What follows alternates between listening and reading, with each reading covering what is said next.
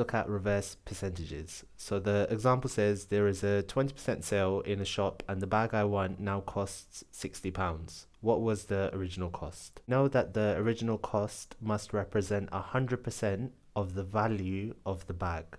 So 100% is equal to the original cost, and we know that there was a 20% sale in the shop. So if we minus 20%, we end up with 80%. So 80% of the original cost is equal to £60. If we work out 1%, then we can multiply by 100 to work out 100% of the original cost. So in this case, if we divide both sides by 80, we end up with, on the left hand side, 1% of the original cost equals to, so £60 divided by 80 gives us £0.75 or 75 pence. Now to work out 100% or the original cost, we just multiply both sides by 100.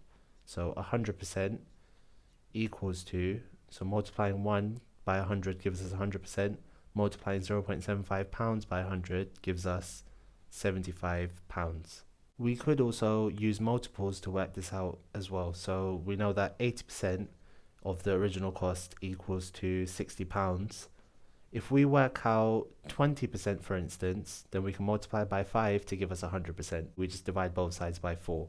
We end up with 20% equals to, so 60 divided by 4 is £15. And then to work out 100%, multiply both sides by 5. So 100% is equal to, so £15 times 5 gives us £75. And that's what we got using the previous method. The steps to answering this question are included in purple.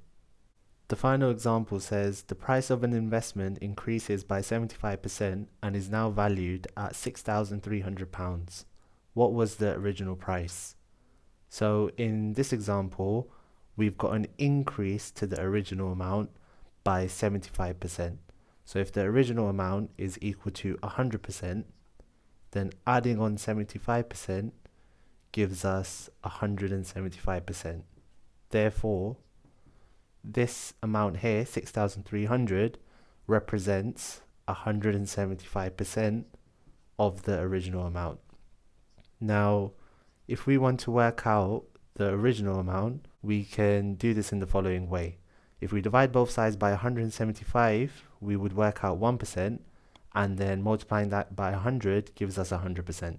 So if we divide both sides by 175, on the left hand side we're left with 1%, and on the right hand side, so 6,300 divided by 175 is equal to 36. So 1% is equal to £36, and so multiplying both sides by 100 gives us 100%, which equals to £3,600.